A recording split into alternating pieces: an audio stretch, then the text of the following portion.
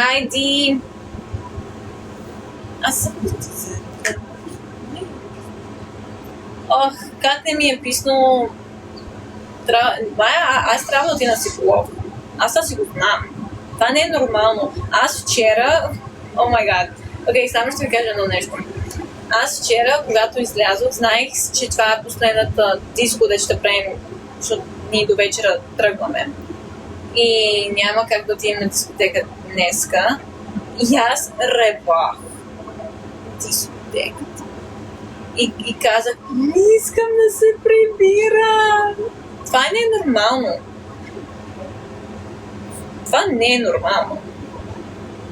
Абсолютно никой това не го прави. И аз го кръща на английски. I don't wanna go home. Не искам да си...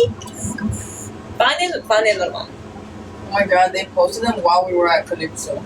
Oh my god. Thank god I didn't open Instagram. As if it was gonna load. Дай да ви... Май имам видео.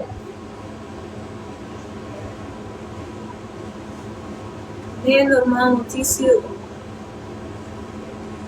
Чакай, дай. Защото ще ми е по-лесно така. GT, здравей, благодаря ти, как си. Гоша, благодаря за айскрим, за сладолечето.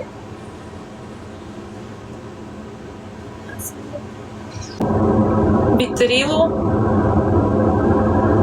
Има бутони и така прави. И духа.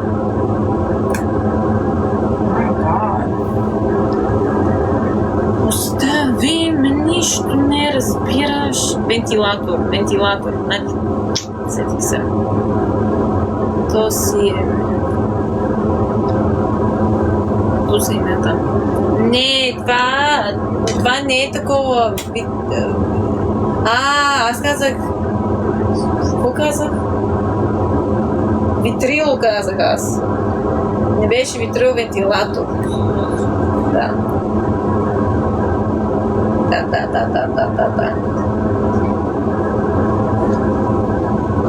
Ма ти се мята,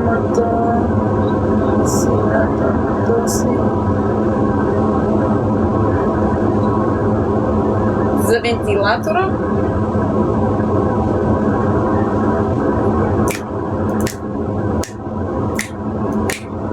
Аз официално вече мразя деня. Обичам нощния живот. Деня не е за мен.